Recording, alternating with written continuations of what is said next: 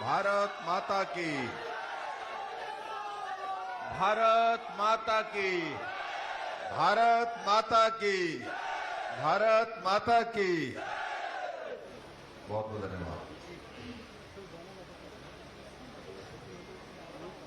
आज के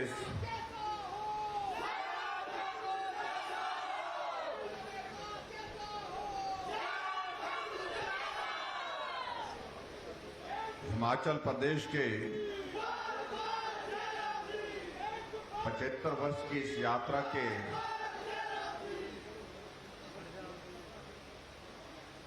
आयोजन में आज के इस कार्यक्रम में हमारे बीच में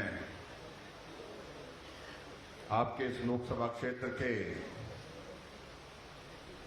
लोकप्रिय सांसद, जहां के पूर्व में विधायक रहे और हमारी पार्टी के प्रदेश के सम्मानीय अध्यक्ष भाई सुरेश कश्यप जी, हिमाचल प्रदेश सरकार में ऊर्जा मंत्री भाई सुखराम चौधरी जी, आपके इस विधानसभा क्षेत्र से लोकप्रिय विधायिका श्रीमती रीना कश्यप जी, पूर्व में विधायक रहे और सिविल सप्लाई कॉरपोरेशन के वाइस चेयरमैन भाई बलदेव तोमर जी, हमारे बीच में मार्केटिंग बोर्ड के चेयरमैन बलदेव भंडारी जी, जिला परिषद की अध्यक्षा सीमा कन्याल जी, पंचायत समिति की अध्यक्षा सरोज शर्मा जी, पार्टी के हमारे मंडल के अध्यक्ष सुरेंद्र नेहरू जी, नेहरू भी है यहाँ, अच्छा, हमने सोचा था नेहरू तो एक ही था, यहीं से गए थे।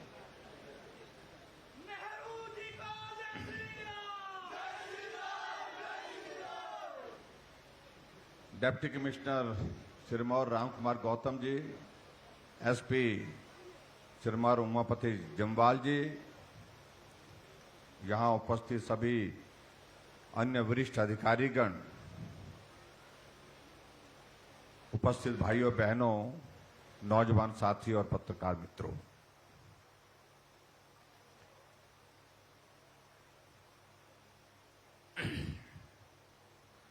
काफी लंबे अरसे के बाद पुचौता के इलाके में आना हुआ है और यहां गर्मजोशी के साथ आप सब लोगों ने हमारा स्वागत किया, अभिनंदन किया, इसके लिए आप सबका बहुत बहुत धन्यवाद।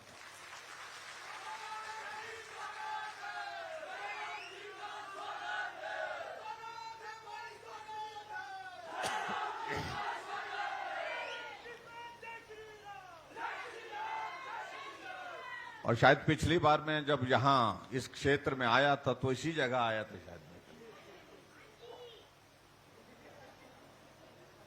तब हमने ये भी कहा था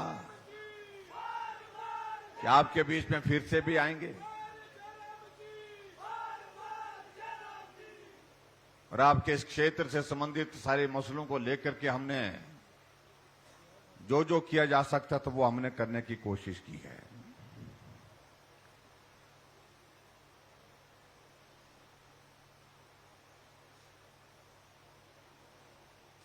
कई दिनों से इस बात को लेकर के भाई सुरेश कश्यप जी, रीना जी दोनों लगे थे कि मैंने कहा कि मैं तो सिरमौर में जरूर से ज्यादा आ रहा हूं, बहुत ज्यादा आ रहा हूं, और सिरमौर वालों ने हमारे साथ रिश्ता ही मामा का लगा लिया।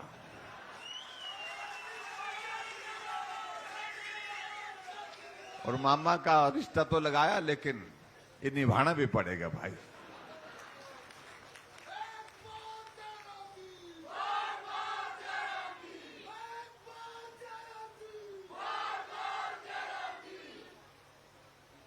हालांकि इस विधानसभा क्षेत्र में भी मेरा आना हो गया, लेकिन आप लोगों के साथ वादा किया था कि पिछौता के इलाके में जरूर आऊंगा, जरूर आऊंगा, ये मैंने बात कही थी। आज मुझे आप सबके बीच में यहां आने का मौका मिला, आप सबके दर्शन करने का मौका मिला।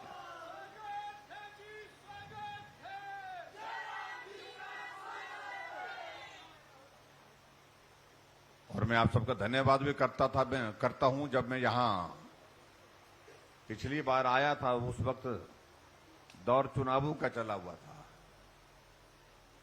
उपचुनाव का एक दौर आया था, एक परीक्षा का एक दौर आया था। उस परीक्षा के दौर में मैंने आप सबसे सहयोग मांगा था और आप सब लोगों ने सहयोग दिया था।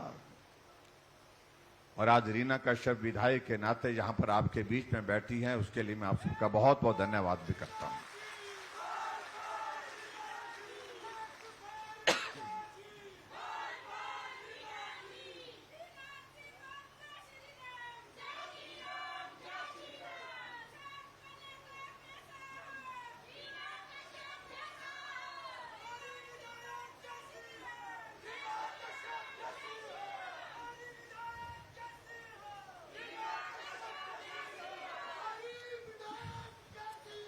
और आज मैं यहां पर इस बात को भी देख रहा हूं कि ये इलाका जो हमारा पछाद का इलाका और पचौता का इलाका तो आंदोलन के लिए भी जाना जाता है। जब भारत की स्वतंत्रता का आंदोलन था तो पचौता का ये इलाका बहुत बड़ा जो है वो आगे बढ़ करके काम करने वालों में से था।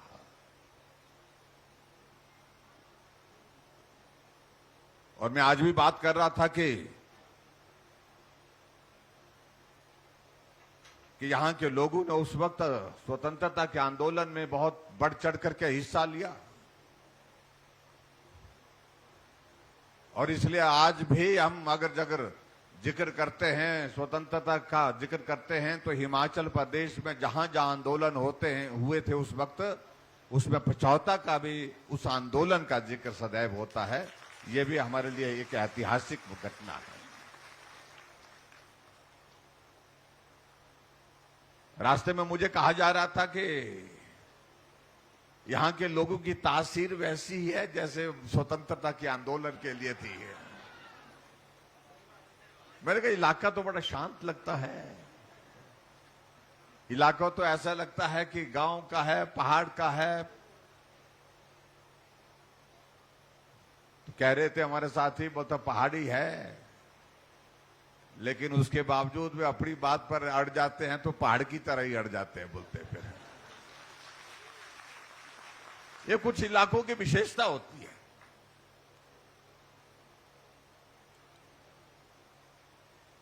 लेकिन मुझे इस बात की खुशी है कि हमने इस विधानसभा क्षेत्र के अंतर्गत जब कमिटमेंट की थी, जब उपचुनाव का दौर आया था, हमने कहा था कि आपके इस क्षेत्र के विकास के लिए मैं अपने विधानसभा क्षेत्र के विकास की तरह जो है अपने क्षेत्र की तरह काम करूंगा और हमने किया भी।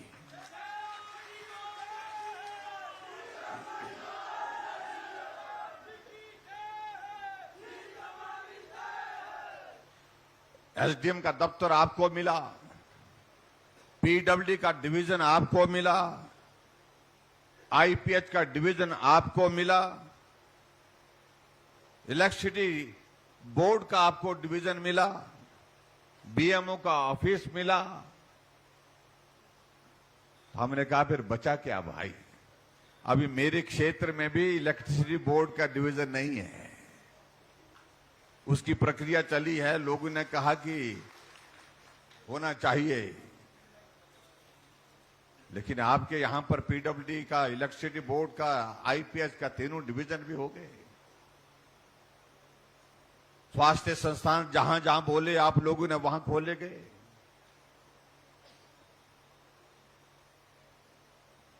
लेकिन मैं ये नहीं कह रहा हूं कि हमने एहसान किया, मैं कह रहा हूं कि आप सबका आशीर्वाद रहा, आप सबका सहयोग रहा और ये हमारा दायित्व बनता था, हमारी जिम्मेवारी बनती थी। जो हमने आपके साथ बात की थी उस बात को, उस वचन को निभाना बहुत आवश्यक था। इसलिए एक एक चीज को हमने पूरा करने की हमने कोशिश की।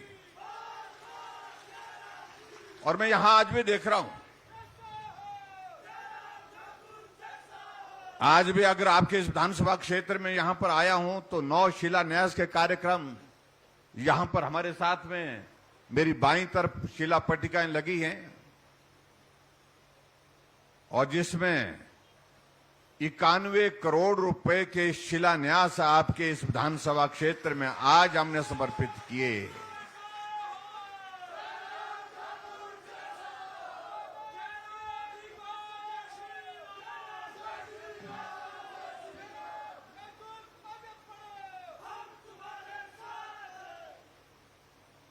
और इसलिए मैं इस बात को कह रहा हूं, हमारा 5 वर्ष का कार्यकाल पूरा होने जा रहा है, लेकिन उसके बावजूद भी इस क्षेत्र के विकास के लिए मील के पत्थर गढ़ के जा रहे हैं, जो आने वाले समय पीढ़ियां याद करेंगी। इस क्षेत्र में विकास हुआ तो भारतीय जनता पार्टी की सरकार थी।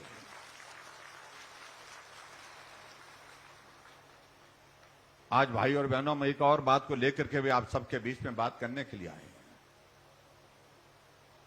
आदरणीय प्रधानमंत्री नरेंद्र मोदी जी के नेतृत्व में देश के अंदर आजकल एक बहुत बड़ा कार्यक्रम अमृत महोत्सव का चल रहा है। आजादी के 75 वर्ष पूरे हुए और आजादी के 75 वर्ष पूरे होने पर भारत की यात्रा का जिक्र आदरणीय प्रधानमंत्री जी अलग अलग स्थानों पर अलग अलग कार्यक्रमों के माध्यम से कर रहे हैं।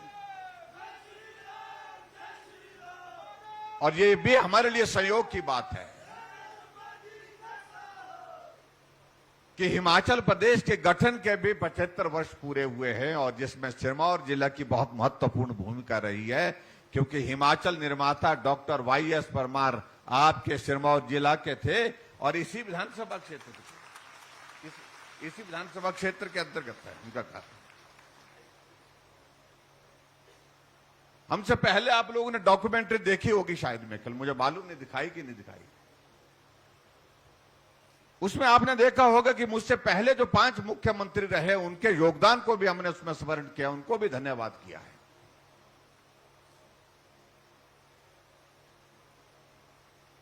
लेकिन मैं सही मायने में अगर मानता हूं, अगर किसी का धन्यवाद आज के इस दौर में 75 वर्ष के हिमाचल प्रदेश की इस यात्रा में करना है, तो हिमाचल प्रदेश के सभी भाई बहनों का करना है, उन मेहनतकश लोगों का करना है जिन लोगों ने अपने जीवन को कठिनाई में डाल करके हिमाचल को आगे बढ़ाने में सहयोग दिया है। ये श्रेय उन सब भाई बहनों को जाता है।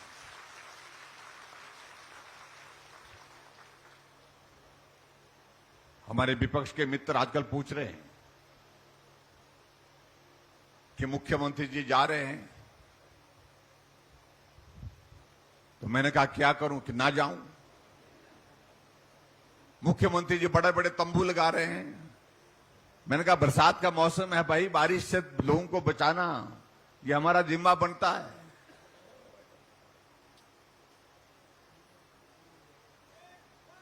कहा कि हिमाचल प्रदेश में 75 वर्ष के इस कार्यकाल में जो काम हुआ वो हमने किया है। मैंने कहा हम आपका भी धन्यवाद कर रहे हैं। मैंने सिर्फ एक बात कही कि सबसे बड़ी बात, मैंने कहा मेरी बात सुन लीजिए, मैं हिमाचल प्रदेश का मुख्यमंत्री हूं, लोगों का प्रतिनिधि होने के नाते मेरा यह जिम्मा बनता है कि जिन लोगों का हिमाचल को आगे बढ़ाने के लिए योगदान रहा है, जिनका समर्पण रहा है, जिनका मेहनत, जिनकी बहुत बड़ी एक मेहनत रही है, मैं हिमाचल प्रदेश में हर जगह जाकर के उनका धन्यवाद करूं, ये मेरा जिम्मेवारी बनती है। और मैं उस जिम्मेवारी को निभाने के लिए हिमाचल प्रदेश के लोगों के बीच में जा रहा हूं। मैंने पूरे हिमाचल प्रदेश में 75 कार्यक्रमों का आयोजन किया है। हर विधानसभा क्षेत्र में जाकर के लोगों का धन्यवाद करना चाहूंगा मैं। ये बात मैंने कही, इसलिए कही क्योंकि आप सबके सहयोग के बिना यह संभव नहीं था।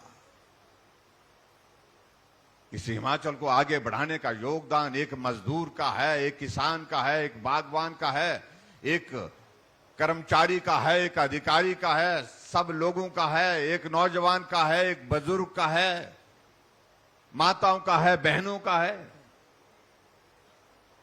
और उनके योगदान को हम क्यों न स्मरण करें।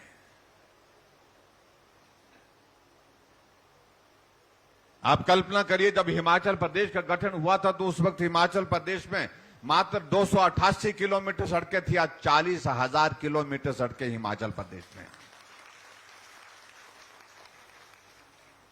जब हिमाचल बना तो उस वक्त साक्षरता दर 4.8% थी और महिलाओं की साक्षरता दर उसमें मात्र 2% थी। आज पूरे देश भर में हिमाचल साक्षरता दर में नंबर 1 पर है, पहले नंबर पर है।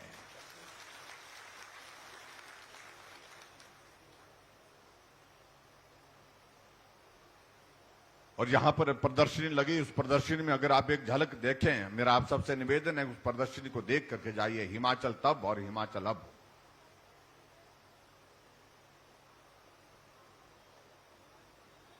एक बहुत बड़ी यात्रा हिमाचल ने तय की है। अगर मैं सड़कों का जिक्र कर रहा हूं तो मैं सड़कों का जिक्र करते हुए इस बात को मैं जरूर कहना चाहूंगा कि अगर आज गांव गांव में सड़कें पहुंची, सड़कें पहुंच करके पक्की हो गई, लोगों का पीठ का बोझ उतार करके फेंक दिया गया, उसमें सबसे बड़ा योगदान पूर्व में जो प्रधानमंत्री रहे अटल बिहारी वाजपेयी, उनका योगदान रहा है सबसे ज्यादा। क्योंकि 40,000 किलोमीटर सड़क,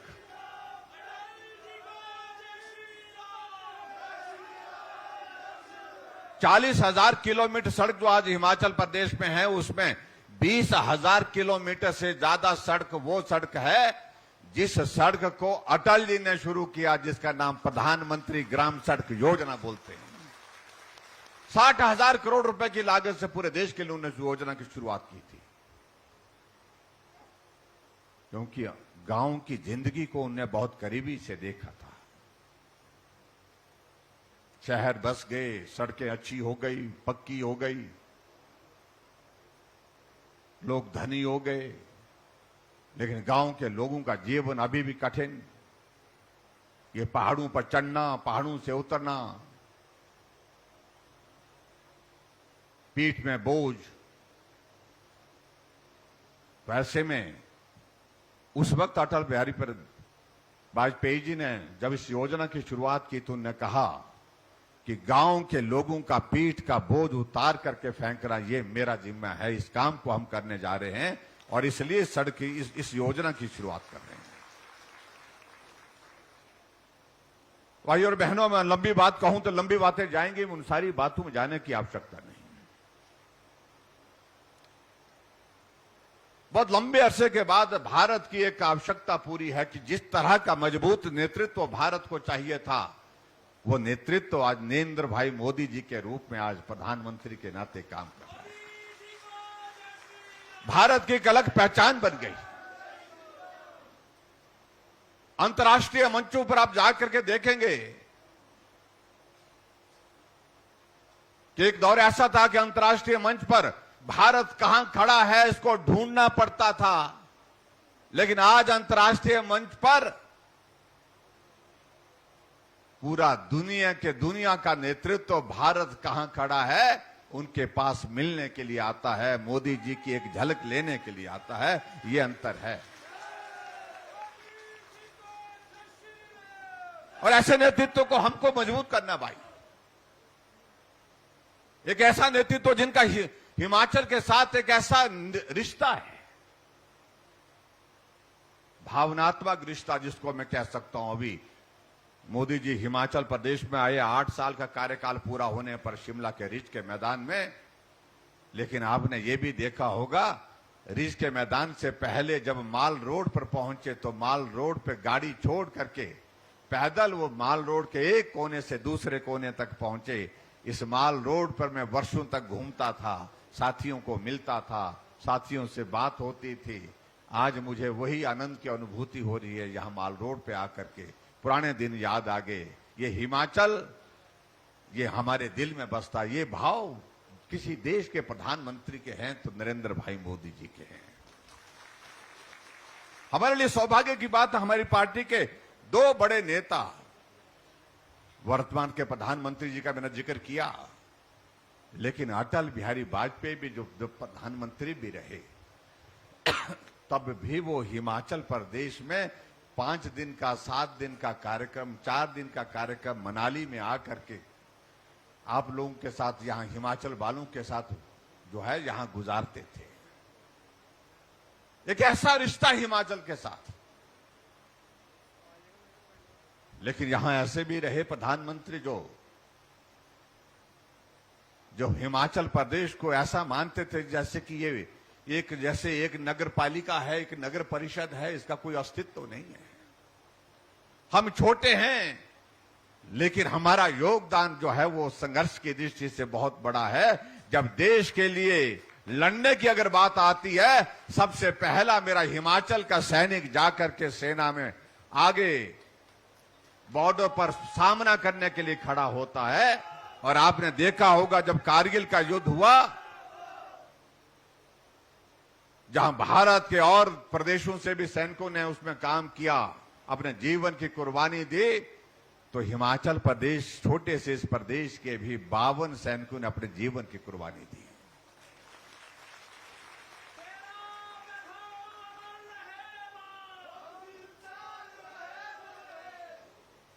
अब जहां तक भाई और बहनों हिमाचल प्रदेश की अगर बात आती है, आप सबके आशीर्वाद से मुझे हिमाचल प्रदेश का नेतृत्व करने का मौका मिला इस सरकार का। आदरणीय प्रधानमंत्री, गृह मंत्री, पार्टी के हमारे राष्ट्रीय अध्यक्ष जगत प्रकाश नड्डा जी, सब लोगों का आशीर्वाद रहा और हिमाचल प्रदेश की जनता का भी बहुत बड़ा आशीर्वाद रहा। मैं एक साधारण परिवार से, मेरी कोई पृष्ठभूमि राजनीतिक नहीं है, ना कोई आर्थिक दृष्टि से ऐसी पृष्ठभूमि है कि मैं ऐसी जगह पहुंच सकता था। गांव में रहने वाला, 9 किलोमीटर जाता था स्कूल, 9 किलोमीटर आता था, 18 किलोमीटर का सफर में स्कूल के समय करता था, स्कूल आने जाने के लिए। हमारे कुछ नेता बड़ा कहते हैं ये पहाड़ देखने में सुंदर लगते हैं, देखने में तो सुंदर लगते हैं, लेकिन सुंदरता के साथ साथ में इन पहाड़ों की पीड़ा को तभी समझा जा सकता है, इन पहाड़ों में रहने वाले लोगों की पीड़ा को तभी समझा जा सकता है जब ये पहाड़ आप चढ़ करके पार करते हैं और उतर करके नीचे पहुंचते हैं, तब मालूम पड़ता है सुंदर तो है, लेकिन ये पहाड़ किस तरह का जीवन हमको सिखाता है। हिमाचल के बाकी नेताओं ने, मुझे मालूम नहीं, पहले तो डॉक्टर वाईएस परमार जी के जमाने में तो वो पैदल चलते थे, लेकिन मैं इस बात को मैं जरूर कहना चाहता हूं कि हिमाचल प्रदेश में सबसे ज्यादा अगर ये पहाड़ चढ़े और उतरे हैं, मैं दावे के साथ कह सकता हूं कि हमसे ज्यादा किसी ने नहीं चढ़े हैं, किसी ने नहीं उतरे। उसकी वजह मैं बता रहा हूं, क्योंकि हमारा इलाका ऐसा था।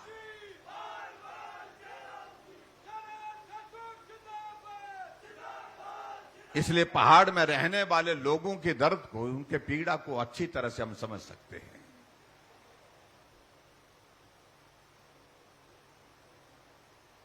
भाई और बहनों, 5.25 वर्ष का कार्यकाल पूरा हो गया। पिछले कल से हमारा 9वां महीना भी चल पड़ा और इस महीने के बाद अगले महीने संभावना है चुनाव आचार संहिता भी लग जाएगी। कहने के लिए हम 5 वर्ष का जिक्र कर रहे हैं, लेकिन यह हकीकत है कि 5 वर्षों में से 2 वर्ष से ज्यादा का वक्त हमारा ऐसा बीत गया जहां कोविड का दौर रहा, कोरोना का दौर रहा और ऐसा संकट रहा जिस संकट को किसी दूसरे मुख्यमंत्री ने नहीं झेला जो हमने झेला है। आप कल्पना करिए, एक ऐसा दौर हमारे सामने आ गया जब मालूम नहीं पड़ रहा था हमको क्या करना चाहिए। घर में बुजुर्ग हैं, उनके जीवन को बहुत बड़ा संकट हो गया। घर में अगर वो संक्रमित हो गए तो उसके बाद उनके जीवन को बचाने के लिए बहुत बड़ा कठिन कार्य था।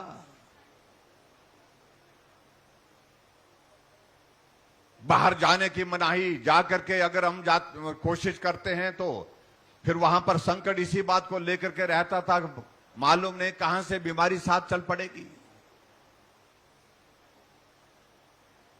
लेकिन भाई और बहनों, मैं आप सबका धन्यवाद करना चाहूंगा कि उस संकट में आप सब लोगों ने बहुत हिम्मत के साथ हमको जो है आगे बढ़ने के लिए सहयोग दिया। उसके लिए मैं आपका जीवन भर आभारी हूं। और आज हम इस बात को लेकर के कह सकते हैं, अगर हजारों की संख्या में यहां पर इकट्ठा होकर के इस कार्यक्रम में हम बैठे हैं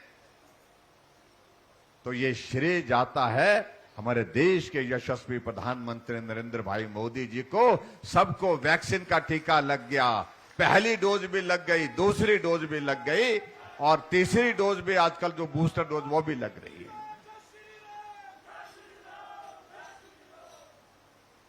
आप कल्पना करिए, अगर ये वैक्सीन नहीं होती तो क्या होता।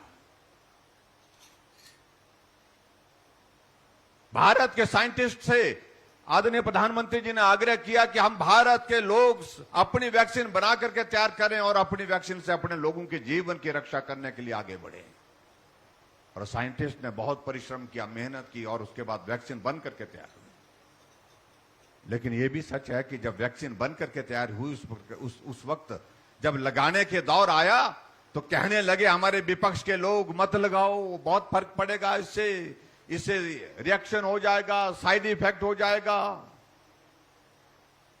कई तरह की बातें कही। किडनी पर इसका बुरा असर पड़ेगा, आंखों पर बुरा असर पड़ेगा, जैसे कि वही साइंटिस्ट है, वही डॉक्टर थे।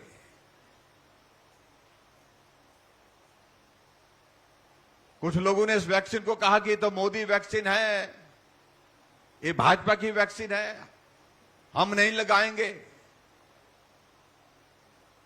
लेकिन पूरा देश निकल पड़ा जब वैक्सीन बन करके तैयार हुई, जब प्रधानमंत्री नरेंद्र मोदी जी ने कहा कि आओ इस वैक्सीन के अभियान में आप सब जुड़िए, आप सब भी वैक्सीन लगाइए। लोगों ने किसी की ना सुनी, किसी की ना माने, तैयार होकर के वैक्सीन सेंटर में कतार में लगे और वैक्सीन लगा करके घर पहुंचे। आज सुरक्षित भारत हो गया, सुरक्षित हमारा हिमाचल प्रदेश हो गया। और मुझे इस बात की खुशी है कि हिमाचल प्रदेश ने वैक्सीन के इस अभियान में पूरे देश में सबसे बेहतरीन काम किया। पहली डोज पर भी पहले नंबर पर रहे, दूसरी डोज में भी पहले नंबर पर रहे। इसके लिए मैं आप सबको बहुत बहुत बधाई देता हूं।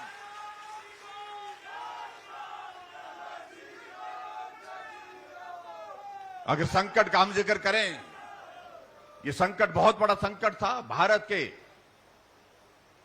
अलग अलग हिस्सों में हिमाचल के हमारे भाई बहन, हमारे बच्चे, 2.5 लाख बच्चे जो है, 2.5 लाख लोग जो फंसे हुए थे संकट में, उनको घर वापिस लाना एक बहुत बड़ी चुनौती थी। लेकिन हमने घर पहुंचाए। हिमाचल के हमारे बच्चे कोटा में पढ़ने के लिए गए थे। 1 महीना तक लॉकडाउन के अंदर रहने के बाद उन बच्चों ने वीडियो बना करके भेजा और मुझे कहा कि किसी तरह से हमको घर तक पहुंचाने का इंतजाम करो। न खाने के लिए कुछ रह गया, न बाहर जाने के लिए कुछ रह गया।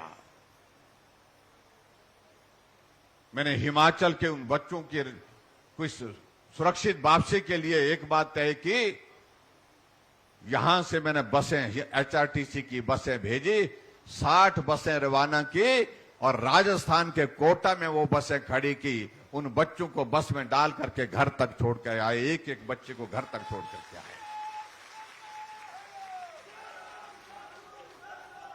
पूना में हमारे बच्चे पढ़ने के लिए, बेंगलोर में, नागपुर में, दिल्ली में और गोवा में 5000 नौजवान हिमाचल प्रदेश के होटल रेस्टोरेंट में काम करने के लिए गए थे। वहां से उन बच्चों ने भी होटल रेस्टोरेंट बंद होने के बाद वहां से अपने वीडियो बना करके भेजे कि हम इस हालात में जी रहे हैं, हमें घर ले चलिए किसी तरह से भी। हमने 5 ट्रेनें वहां से चलाई गोवा से, और गोवा से उन 5 ट्रेनों में 5000 नौजवान जो हिमाचल के थे उनको घर तक सुरक्षित पहुंचाया। बहुत कठिन कार्य था, लेकिन फिर भी इस काम को पूरा करने में आप सबका सहयोग रहा, उसके लिए मैं आप सबका भी धन्यवाद करता हूं। बाकी रही जहां भाई और बहनों यहां की बात, आजकल हमारे कांग्रेस के मित्र बहुत उछल उछल के कह रहे हैं हम आएंगे। हमने कहा आएंगे कहां से, जब आने देंगे तो आएंगे। आने के लिए गुंजाइश बची कहां से? पूरे देश भर में कांग्रेस समाप्त हो गई।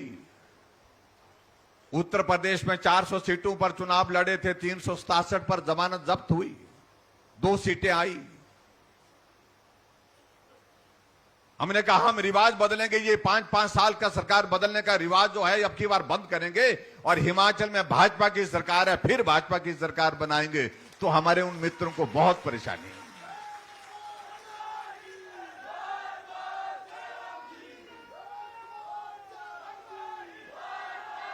और हमने कहा उनको, हमने कहा ये रिवाज की बात तो हम तो कह रहे हैं,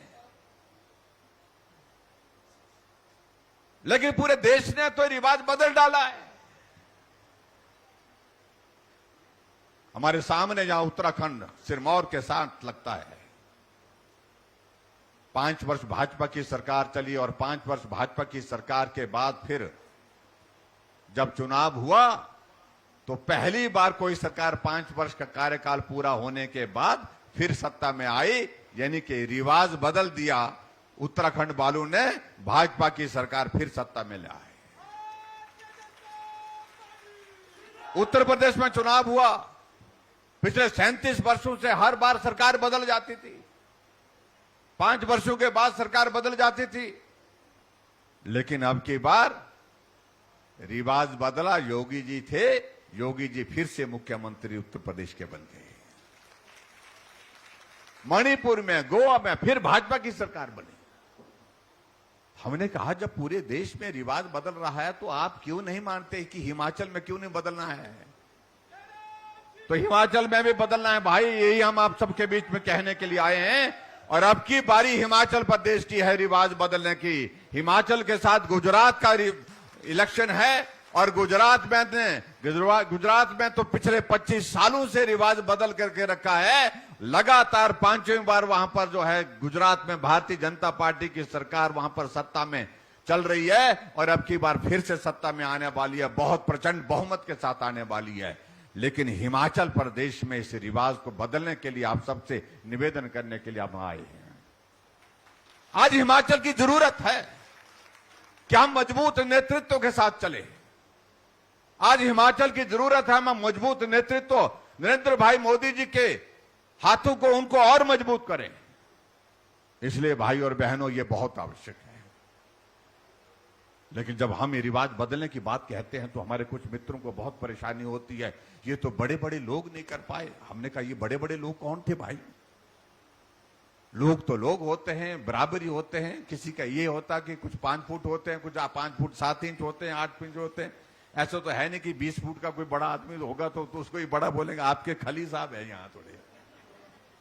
हमने कहा ये बड़े का मतलब, तो कहा कि राजा साहब 6 बार मुख्यमंत्री रहे लेकिन सरकार वो भी नहीं बना सके, बोलते दोबारा बोलते हैं जयराम तो किस खेत की मूली है। मैंने कहा ये तो बड़ी अच्छी बात कही भाई।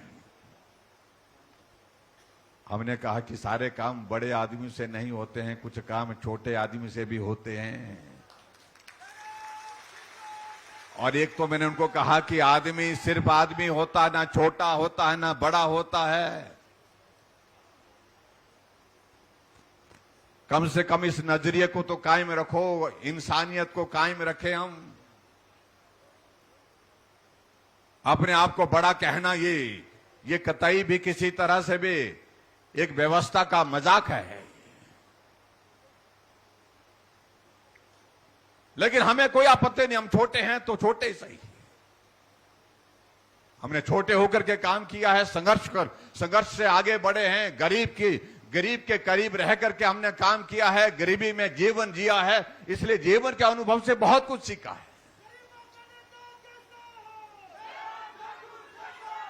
जो बड़े लोग हैं उनको समझ में नहीं आया कि गरीब लोगों के लिए मदद करने के लिए रास्ते निकालने चाहिए, क्योंकि उन्होंने गरीबी को देखा नहीं। हमने हिमाचल प्रदेश में जो हमको ये समझा रहे हैं, बड़े छोटे की बातें कह रहे हैं, इस छोटे आदमी ने हिमाचल प्रदेश में 7 लाख लोगों को पेंशन शुरू की, बुजुर्गों को पेंशन शुरू की। और वो जो बड़े लोग थे उनके जमाने में मात्र 4 लाख लोगों को पेंशन मिलती थी। वो 400 करोड़ रुपए खर्च करते थे पेंशन पर, हम 1300 करोड़ रुपए खर्च कर रहे हैं पेंशन पर। मैं छोटा हूं लेकिन उनसे ज्यादा बड़ा काम हमने किया है। जहां माताएं बहनें बैठी हैं, हर घर में गैस का चूल्हा पहुंचना चाहिए। इसके लिए आदरणीय प्रधानमंत्री जी ने पूरे देश भर में उज्ज्वला योजना की शुरुआत की। मेरे पास कुछ महिलाएं आई और उनने एप्लीकेशन लिख करके दी, मुझे कहा कि हमको भी गैस चाहिए। हमने कहा गैस मिल रही है ना, आपको भी मिल जाएगी। बोलते जी हमको बताया गया, हम गए थे, हमको कहा कि आपको गैस नहीं मिल सकती है। मैंने कहा आपके घर में गैस होगी? बोलते नहीं, घर में भी नहीं है, हम बहुत गरीब हैं।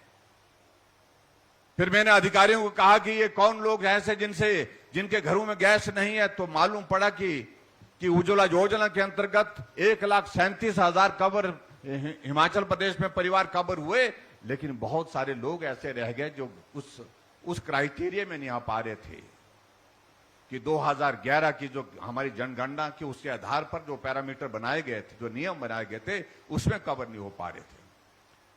मैंने अधिकारियों को कहा अगर सबको गैस देनी हो तो क्या करना पड़ेगा? बोलता जी ये तो बहुत मुश्किल काम है। हमने कहा मुश्किल क्या है? बोलता बहुत पैसा लगेगा। हमने कहा जितना भी लगेगा, हम ये चाहते हैं कि हर घर में, गरीब से गरीब घर में भी गैस का चूल्हा पहुंचना चाहिए। आप इसकी योजना बनाइए। तो हमने हिमाचल प्रदेश में गृहिणी सुविधा योजना की शुरुआत की। एक भी घर नहीं छोड़ा हिमाचल प्रदेश में गैस के चूल्हे के बिना, हर घर में गैस का चूल्हा पहुंचाया। ये बड़े लोग नहीं कर पाए, जो अपने आप को बड़ा कहते हैं, बड़े बड़े लोग कहते हैं, वो नहीं कर पाए। लेकिन एक छोटे आदमी ने उस गरीब महिला की, उस माता की, उस बहन की पीड़ा को समझा। इसलिए हमने कहा कि इस काम को हम करके दिखाएंगे। कोई गरीब आदमी बीमार हो जाता था, गरीब आदमी के इलाज के लिए आज तक कोई योजना नहीं थी हिमाचल प्रदेश में। गरीब आदमी अगर बीमार हो जाता है तो क्या करता था? अपने रिश्तेदारों से कर्ज लेता था, उधार लेता था इलाज करने के लिए, उस दर्द को खत्म करने के लिए, उस दर्द से निजात पाने के लिए। अपनी जगह जमीन गिरवी रखने की स्थिति हो जाती थी उसकी। जब हमारी सरकार बनी, मैंने कहा गरीब आदमी के इलाज के लिए हमको सोचना चाहिए, हम क्या योजना बना सकते हैं। कहा कि बहुत मुश्किल है, बहुत पैसा खर्च होगा इस पर। हमने कहा आदमी की जिंदगी से कीमती कोई चीज नहीं है, और इसलिए हमने कहा कि हर हालत में योजना बनानी है। और आदरणीय प्रधानमंत्री जी ने आयुष्मान भारत पूरे देश के लिए शुरू की, और उसी को आगे बढ़ाते हुए हमने पूरे हिमाचल प्रदेश के हर एक आदमी के लिए हिमकेयर की शुरुआत की। आज गरीब आदमी अगर बीमार हो जाता है, पैसे अगर जेब में नहीं है, तो वो हिमकेयर का कार्ड लेकर के हॉस्पिटल जाता है, उसका इलाज वहां पर होता है। बड़े बड़े लोग नहीं कर पाए, क्योंकि वो बड़े बड़े लोग छोटे लोगों के, गरीब लोगों के उस दर्द को समझते नहीं थे। क्योंकि जब खुद बीमार हो जाते होंगे बड़े लोग, उनके लिए तो सारी व्यवस्थाएं खड़ी है वहां पर। बड़े लोगों के पास पैसा होता, पैसा हो करके अपना इलाज कर लेंगे, बड़े से बड़े हॉस्पिटल में करेंगे, एक नहीं तो दूसरा, दूसरे नहीं तो तीसरा। लेकिन गरीब कहां जाएगा? इसलिए हमने इस प्रकार से हमने काम करने की शुरुआत की। और आगे बढ़कर के हमने ये भी किया, जो हमारा ऐसा बीमार आदमी है, किसी कारण से ऐसा बीमार हो गया, ऐसी बीमारी लग गई कि वो उठ नहीं सकता, चल नहीं सकता, अपना काम भी खुद नहीं कर सकता है, उसके लिए एक नई योजना हमने शुरू की, सहारा योजना। 20,000 ऐसे लोग हिमाचल प्रदेश में रजिस्टर हुए, जिनको सहारा योजना के अंतर्गत हम हर महीने के 3,000 रुपए उनके खाते में डाल करके उनकी मदद कर रहे हैं, क्योंकि वो बिस्तर पर है, जिंदा है, चल नहीं सकते, अपना काम नहीं कर सकते। इस पीड़ा को बड़े लोग नहीं समझ पाए। लंबे समय तक सत्ता में रहने का मतलब यह नहीं होता है कि उनका अनुभव लंबा हो सकता है, लेकिन उसके बावजूद ये जो छोटे छोटे जो काम करने, जो मानवीय दृष्टिकोण के साथ काम करने के थे, ये काम उनके लंबे समय रहने के बावजूद में क्यों नहीं, ये प्रश्न खड़ा करता है उनके कामकाज की शैली पर।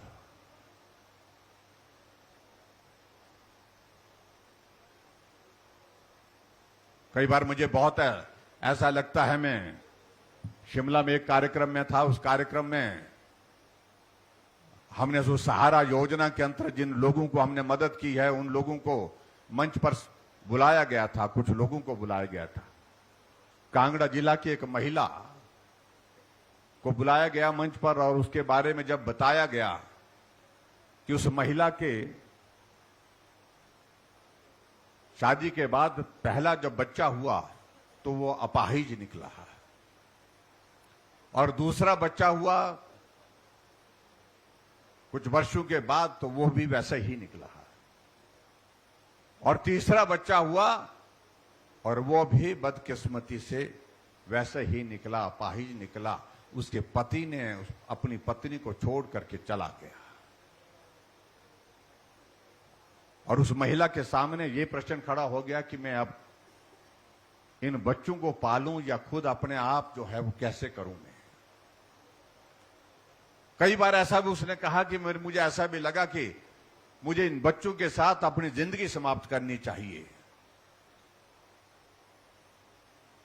लेकिन वक्त गुजरता गया, किसी ने उनको बताया कि अभी एक योजना आई है, उस योजना के अंतर्गत आपको कुछ मदद हो सकती है और उस मदद के लिए उसने कागज पत्र भरे, सहारा योजना के फॉर्म भरे और उसके तीनों बच्चों को उसमें कवर किया गया। तीनों बच्चों को 3-3 हजार रुपए उनको लगा, 9,000 रुपए उसके खाते में आया और तब जाकर के जिंदगी जीने का हौसला आया बोलते हैं। आज वो महिला उन 3 बच्चों को अपने उसी सहारा योजना के अंतर्गत जो पैसा मिल रहा है उससे उनको पालन पोषण कर रही है, उनकी जिंदगी को बिता रही है। लेकिन बड़े बड़े लोग इन सारी चीजों को नहीं कर पाए। वो बड़े थे लेकिन बहुत बड़े थे। मैं कांगड़ा जिला की एक कार्यक्रम में गया जहां हमने एक नई योजना चलाई जो बीपीएल परिवार, जो गरीबी की रेखा से हमारी बच्चियां ऐसी हैं जिनकी जब शादी होगी, हमने तय किया उस बेटी की मदद करनी चाहिए, उसके लिए सरकार की ओर से कुछ सहयोग होना चाहिए। तो हमने शगुन योजना की शुरुआत की। हम 31,000 रुपए शगुन उस बेटी को दे रहे हैं जो बीपीएल परिवार की है। जब उसकी शादी होती है, हमें इच्छा हुई कि हमें ऐसे बच्चों से मिले। कांगड़ा में, बैजनाथ में उस कार्यक्रम में था, एक बेटी को बुलाया गया, उसकी शादी हुई तो मैंने उसको बधाई दी, शुभकामनाएं दी। फिर उस बेटी से जब मैंने पूछा, मैंने कहा बेटी मुझे एक बात बताइए, जो आपको शगुन योजना के अंतर्गत 31,000 रुपए आपको मिला सरकार की ओर से, आपने उस पैसे का क्या किया? अपने खाते में डाले, अपने बापू के खाते में डाले या अपने पति के खाते में डाले, क्या किया? या खर्च कर दिए? उस बेटी ने कहा कि ना मैंने वो पैसे अपने खाते में डाले, जमा किए, ना मैंने अपने पति के खाते में डाले। वो पैसे जो 31,000 रुपए मिले थे वो मैंने अपने पिताजी के हाथ में निकाल करके दे दिए। हम सब लोग हैरान थे कि हमने कहा वो शगुन तो आपको दिया था। उसने बेटी ने कहा कि शगुन मुझे दिया था, लेकिन मेरे पिताजी मजदूरी करके अपने परिवार का पालन पोषण करते हैं। जब मेरी शादी की बात आई तो मेरे परिवार वालों की इच्छा थी, पिता की इच्छा थी कि मैं उस दिन अपने रिश्तेदारों को बुलाऊं, अपने गांव वालों को बुलाऊं और बुला करके आपकी विदाई जो है, बेटी की विदाई उनके सामने करूं, उनके आशीर्वाद के साथ करूं। ये सभी पिता मां बाप की एक भावना होती बेटी की विदाई के लिए। लेकिन गांव वालों को बुला करके और रिश्तेदारों को बुला करके उनके लिए खाने का भी इंतजाम करना था और उसके लिए पिता ने और साथियों से, रिश्तेदारों से मदद ली, सहयोग लिया, यानी कि उधार लिया। मैं सोचने लगी अगर मैं शादी करके दूसरे घर में जा रही हूं तो मेरी जिम्मेवारी तो वहां की बनती है, लेकिन मैं अपने पिता के घर से विदाई लेने के बाद अपने पिता को फिर जो है वो बोझ के नीचे डालूं, ये बेटी के लिए एक बहुत पीड़ा का विषय था। इसलिए मैंने तय किया कि जो 31,000 रुपए मिले मैंने अपने पिता के हाथ में दे दे। जो आपने उधार लिया है अपने रिश्तेदारों से, गांव वालों से, उसको आप इस पैसे से चुकता करिए। और पिताजी इस बात को लेकर के वहीं खड़े थे। मैं देख रहा था कि उनकी आंखों में आंसू थे। पिता के लिए एक बेटी के भाव क्या हो सकते हैं, आप कल्पना कर सकते हैं। ये सारी चीजें आज से पहले सरकार में बड़े बड़े लोग नहीं कर पाते थे। हमारी सरकार ने इस प्रकार की योजना चलाई ताकि गरीब के करीब रह करके काम करें। अभी हमने और चीजों को लेकर के काम किया है। यहां पर मैं देख रहा हूं कि इस पंडाल में 2 हिस्से किए हैं। एक तरफ महिलाएं बिठाई गई हैं, एक तरफ पुरुष बिठाए गए हैं। महिलाओं की संख्या पुरुष से कम नहीं है, ज्यादा ही हो सकती है। कुछ महिलाएं वहां पर भी बैठी हुई हैं। जब आबादी का आधा हिस्सा महिलाओं का है तो हमने तय किया कि महिलाएं आजकल कामकाज के लिए बाहर भीतर भी जाती हैं, इसलिए उनके आने जाने की व्यवस्था सरल करनी चाहिए। हमने तय किया कि बसों में आने जाने का किराया माताओं और बहनों से आधा लिया जाएगा। हमने आधा खरीदा, लेकिन आज से पहले जो सरकारें रही उनने इस सारे विषय को लेकर के सोचा नहीं। जब हमने इस प्रकार का निर्णय किया, इस तरह की घोषणा की, हमारे कुछ मित्रों ने कहा कि मुफ्तखोर बना दिया। हमने कहा कि यह शब्द ठीक नहीं है। माताओं बहनों के लिए इस प्रकार से हमने जो मदद की है, इसको इस तरह से परिभाषित नहीं किया जा सकता है। लेकिन विचित्र बात अब हम आजकल देख रहे हैं, आजकल उसी पार्टी के कुछ नेता कह रहे हैं कि हमारी सरकार आएगी तो हम महिलाओं के लिए 18 से 60 साल की महिलाओं के लिए 1500 रुपए हर महीने उनके खाते में डालेंगे। हमने आधा किराया उनका कर दिया। हमें कहा कि मुफ्तखोर बना दिया। और अपने आप क्या करने जा रहे हैं? अब जो बात कह रहे हैं वो होने वाली नहीं है। उनको पूछिए, राजस्थान में उनकी सरकार है, छत्तीसगढ़ में उनकी सरकार है, क्या वहां पर ऐसी स्थिति है कि वहां पर किसी महिला को देने की स्थिति में वो सरकारें बन पा रही है? नहीं बन पा रही है। जिन प्रदेशों में सरकारें हैं उनके उन प्रदेशों में लागू नहीं है, तो यहां किस प्रकार से लागू करेंगे? इन सारी बातों को लेकर के चुनाव के दिनों में ये बातें कहने का मतलब सिर्फ सीधा है कि चुनाव के दिन आ गए, इसलिए गुमराह मत होना। वो कोशिश करेंगे। हमने हिमाचल प्रदेश में हमने तय किया कि जो हमारी बिजली खर्च होती है उसमें मदद का रास्ता निकालेंगे। हमने मदद का रास्ता निकाला। उसमें 125 यूनिट बिजली हमने जो है जीरो बिल के साथ फ्री कर दी हिमाचल प्रदेश में। जुलाई महीने का बिल आया आपको? बिल तो आया होगा, लेकिन कितना आया? जीरो बिल आया। ये कैसे हुआ? ये तब हुआ जब डबल इंजन की सरकार, दिल्ली में नरेंद्र मोदी जी, हिमाचल प्रदेश में फिर भाजपा की सरकार, हमने गरीब लोगों के, मध्यम वर्ग के हमारे भाई और बहनों के लिए हिमाचल में तय किया कि बिजली का किराया 125 यूनिट तक बिना पैसे के होगा, उसका खर्च हम वहन करेंगे। ये हमने हिमाचल प्रदेश में तय किया, जो आज से पहले कोई सरकार कर नहीं सकी। लेकिन आज वो लोग कह रहे हैं कि हम आएंगे तो 300 यूनिट करेंगे। भाई और बहनों, वो कह रहे हैं हम करेंगे, और हम कर करके जो आपको दे चुके हैं, इस बात को समझने की आवश्यकता है। इसलिए बहुत सारी चीजों का जिक्र करेंगे तो बहुत लंबा विषय जाएगा। मैं बहुत लंबी बात नहीं कहना चाहूंगा।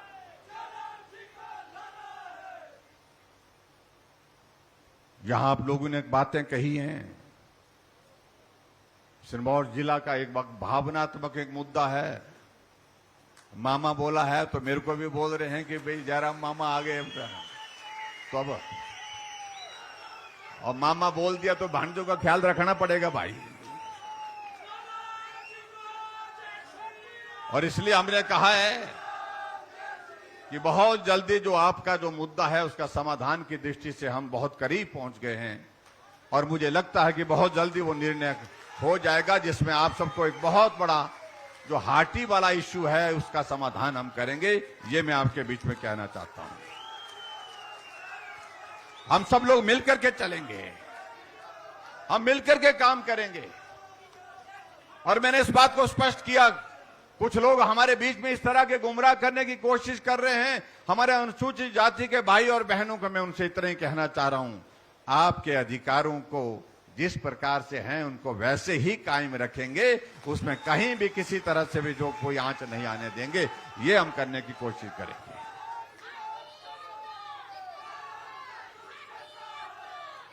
बाकी सारी बातें आपने यहां पर कह दी हैं। मैं 3-4 चीजों को लेकर के सिर्फ हालांकि हमने तय किया कि हिमाचल प्रदेश में इन सारे कार्यक्रमों में हम कहीं भी कोई घोषणा नहीं करेंगे। यहां भी हम घोषणा इस प्रकार से नहीं कर रहे हैं, लेकिन मुझे कहा गया है कि आप बात करके रख दो।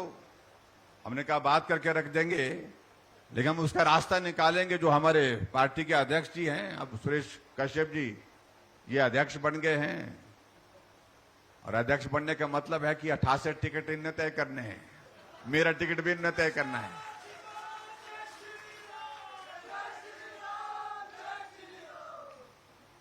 तो इसलिए मैं आप सबके बीच में सिर्फ इतना ही कहना चाहता हूं, जो कुछ बातें बताई हैं, 3-4 चीजें, उन सारी चीजों को लेकर के मैं रास्ता निकालूंगा।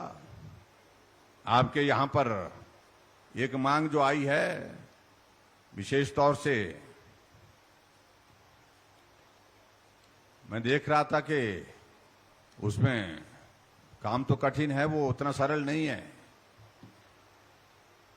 आप कोटि पदों के लिए वहां पर कह रहे हैं कि यहां पर सब तहसील बननी चाहिए, लेकिन पटवार सर्कल में देख रहा हूं इसमें मात्र सिर्फ 3 है। ये सब तहसील जो रासू मंदिर, ये और एक ही बात है, ये एक ही बात है ये।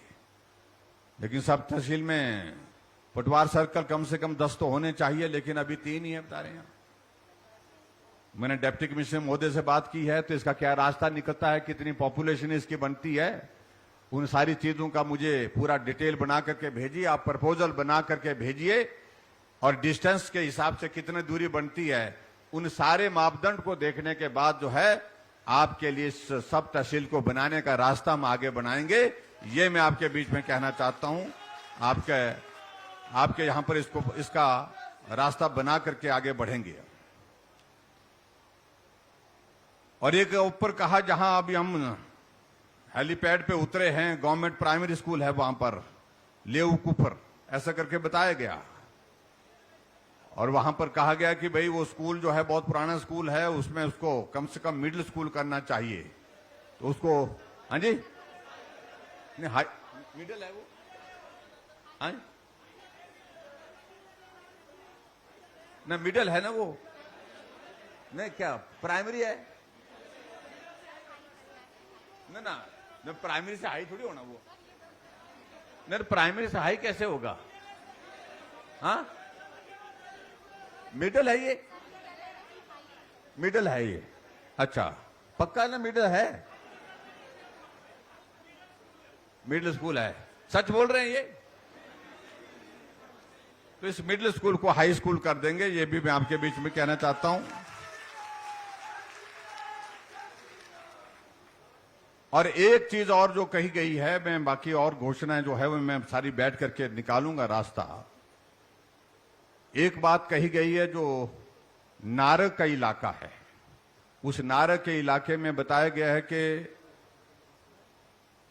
कॉलेज के लिए काफी डिस्टेंस पड़ता है, और सारी उसकी रिपोर्ट के लिए मैंने डिप्टी कमिश्नर को कहा है कि आप उसकी रिपोर्ट बना करके दें, डिस्टेंस कितना पड़ता है, स्टूडेंट कितने हो सकते हैं, ये रिपोर्ट ठीक आनी चाहिए। और ठीक रिपोर्ट आती है तो डिग्री कॉलेज नारक भी आपको बना करके दे देंगे, ये मैं आपके बीच में कहना चाहता हूं। और इसी तरह से एक ये पीएससी बताई गई है, पीएससी कौन सी वाली, ये वाली, ये वाली जरूरी कौन सी, बहुत सारी लिख रखी है, नहीं एक करनी है, ये वाली एक पीएससी डिब्बर कहां पढ़ाई है, आया कोई आदमी, 2 आदमी आए, कोई 3 आदमी, तो डिब्बर वाला आए नहीं तो क्या देंगे यहां पर, ये जबरदस्ती हाथ खड़े कर रहे हैं आप लोग, देख ला, मैं देख लिया, डिब्बर से कोई नहीं आया, इसलिए सोचेंगे इसके बारे में भाई।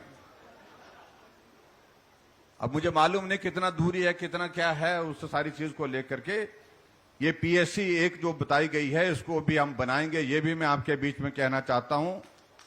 और इसके साथ साथ में बाकी कुछ और भी चीजें इन्होंने बता करके लिख करके दी है, मेरे पास दी है, और उन सारी चीजों को लेकर के मैं आपके बीच में यही कहना चाह रहा हूं। एक ये बीपी ऑफिस की बात कही है, जो सनोरा में, तो सनोरा में बीपी ऑफिस की क्या जरूरत है, उससे कोई बड़ा काम नहीं होता है। तो बीपी ऑफिस का इसकी भी प्रपोजल बना करके जल्दी से भेज दें एजुकेशन डिपार्टमेंट वाले, डिप्टी कमिश्नर को ही मैं कहूंगा, ताकि इसको भी हम आगे परस्यू कर सके। और ऐसे में बहुत सारी चीजों को लेकर के एक स्कूल और बताया गया है, यहां पर बताया गया है कि एक कौन सा है, गवर्नमेंट प्राइमरी स्कूल जोला फागू, इसको मिडिल स्कूल करने की भी मैं घोषणा करता हूं। तो यहां पर हमने, हाँ जी, नहीं बाकी को मैंने कहा, बाकी जो जितनी इन्हें लंबी सूची दे रखी है, देखियो इन्होंने बड़ा षड्यंत्र किया है सारा। अब अध्यक्ष जी का इलाका रहा है ये, इन्होंने सारी चीजें मेरे पास दे दी हैं। इसमें ना एक मैं सड़क का जिक्र कर रहा हूं, एक मिनट रुकिए। एक वो जो एक सड़क बताई गई जो ओच घाट से न्यूरी पुल छैला, इस सड़क का काया आपने कि उसका काम ठीक नहीं हुआ, यही सड़क है। और इसके लिए मैं पीडब्ल्यू डिपार्टमेंट से कहूंगा इसकी रिपोर्ट दे दें। और इस सड़क में अगर वो सड़क पक्की बनी है तो क्वालिटी कॉम्प्रोमाइज नहीं होनी चाहिए। हालांकि ठेकेदार की जिम्मेवारी खत्म नहीं है, वो 5 साल तक उनको मेंटेन करनी पड़ती है जिसको काम दिया गया है, उस तरह से उसमें कोई गुंजाइश नहीं है। लेकिन अगर काम ठीक नहीं हुआ है तो ठेकेदार से इस बात को सुनिश्चित करें। और उसके लिए पैसा भी हमने काफी दिया। कितना पैसा दिया है? हाँ जी, 85 करोड़ रुपए दिए हैं, 85। हाँ जी,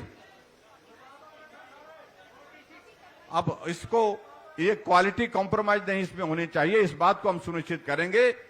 बाकी एक और सड़क के लिए कहा गया, यहां पर जो धामून हबन रोड के लिए कहा गया कि इस सड़क को पक्का करने की बात आई है कि इसको पक्का कर दिया जाए, ताकि तो इसको पीडब्ल्यू डिपार्टमेंट को मैं कहूंगा कि वो सुनिश्चित करें, इसकी सारी प्रोसेस करें, इसकी फॉर्मेलिटी कंप्लीट करें ताकि इसको हम पक्का कर सकें। और बाकी सारी चीजें जो मांगे यहां पर दी हैं, जो सूची दी है, उनको मैं अपने अध्यक्ष महोदय जी और रीना कश्यप जी और सब लोगों के साथ यहां पर बैठ करके उसके बारे में चर्चा करके उसका रास्ता निकालूंगा, जो भी रास्ता निकल सकता है। ये मैं आपके बीच में कहना चाहता हूं। क्या राजगढ़ से कोई आया हो यहां? तो वहां पर स्कूल तो है ही है, तो को एजुकेशन होगी वहां ना, तो अच्छा कैसे होगा वहां पर? तो कितनी स्ट्रेंथ है वहां पर? यहां महिलाएं तो मांग नहीं कर रही हैं, आप ही कर रहे हैं। अब ये जब बोल रहे हैं तो तभी कर रहे हैं ना आप। चलो न्यू एक जो है वो वहां पर राजगढ़ में गर्ल्स सीनियर सेकेंडरी स्कूल की भी मैं घोषणा करता हूं। तो बहुत बहुत धन्यवाद आप सबसे। आपने जो बोला वो हमने किया है। अब हम आपको एक बात बोल रहे हैं। क्या बोल रहे हैं? कि विधायक यहां से फिर से चाहिए, पार्टी यहां से फिर जीतनी चाहिए। रीना कश्यप जी आप सबके बीच में यहां पर खूब मेहनत कर रहे हैं और अध्यक्ष जी का इलाका है और इस सीट पर शानदार जीत होनी चाहिए, पहले से बड़ी जीत होनी चाहिए। उसके लिए मैं आप सबसे यही निवेदन करना चाहता हूं। अगर हिमाचल में रिवाज बदलना है तो इस विधानसभा क्षेत्र से भी भारतीय जनता पार्टी के विधायक चाहिए। उसके लिए आप सबका आशीर्वाद चाहिए, आप सबका सहयोग चाहिए। और रीना कश्यप जी ने जिस प्रकार से मेहनत की इस क्षेत्र में, आप सबके साथ मिलकर के काम किया है और इस क्षेत्र को आगे बढ़ाने के लिए जो योगदान दिया है, उन सारी बातों को ध्यान में रखते हुए विधानसभा का जब चुनाव आएगा तो पूरा आशीर्वाद भारतीय जनता पार्टी को मिलेगा, ऐसा मुझे पूरा विश्वास है। इसी विश्वास के साथ मैं आप सबका बहुत बहुत धन्यवाद करता हूं। आप इस कार्यक्रम में यहां पर आए, बहुत बहुत धन्यवाद। नमस्कार, जय हिंद, जय हिमाचल।